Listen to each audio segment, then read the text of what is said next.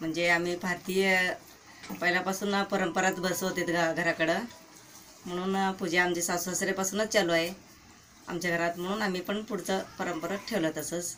आणि एक सुख समृद्धी, लेकरं बाळं सगळं सुखी असावा, वर्षातनं काहीतरी एक सण आनंदाने साजरा करावा म्हणून आम्ही करत आहोत सगळे म्हणून.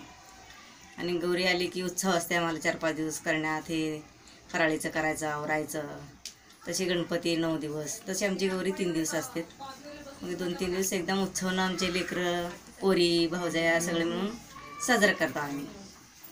आणि गौरीची महत्त्व म्हणजे एक आनंद, कसं गणपती आल्यावर आनंद होतो तसं आम्हाला लक्ष्मी आल्यावर आनंद होतो. एक मोठा सण म्हणजे आमचे लक्ष्मीचा. आता घरात एकदम शांतता वाटते, आनंद वाटतो. बरं, डेकोरेशन केलं ते नेमकं कशा पद्धतीचं केलं तुम्ही?